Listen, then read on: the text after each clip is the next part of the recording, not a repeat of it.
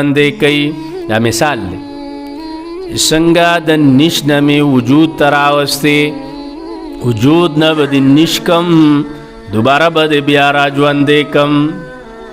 بېشکه موږ خلقنا الانسان پیدا کړی د انسان من نطفتن د ساس کې اوبو نه امشاجن ګډوډو نه، یعنې د ښځو د خاوند دواړه یو ځای شي ګډوډ شي.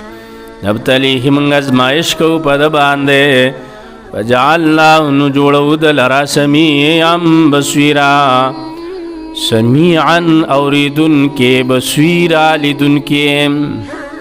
د دغه ساس کې د اوبو نه الله رب العزت ښایسته انسان پیدا کی.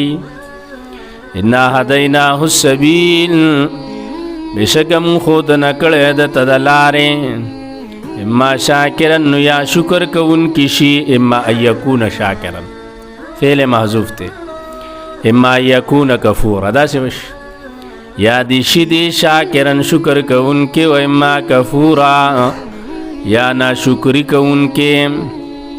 اوس دا شاکرن اسم فاعل ذکر کړو، کفورن صيغه د مبالغه ذکر کړو.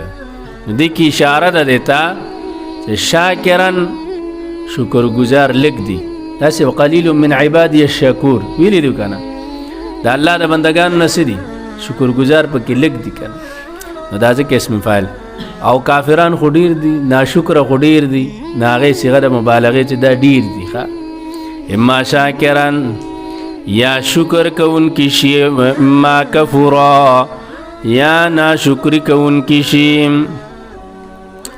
انا هدینا السبیل معنی صدا الله رب العزت فرمای ما دوان لار خودلی دی، سبیل الخير مم خودل دا او سبیل الشر مم خودل دا، دوان لار الله خودلی دی.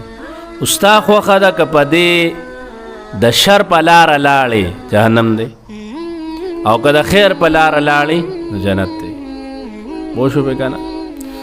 اصل کې د انسان په د اختیار باندې الله رب العزت انسان ته څه ورکوي؟ سزا ورکوي. ملحد انسان اکثر لدا سوال کوي چې الله رب العزت دا د ګناه کارونه ولې پیدا کړي دي؟ الله خالق د خیر هم دی، الله خالق د شر هم دی کنه. پوه شو به کنه.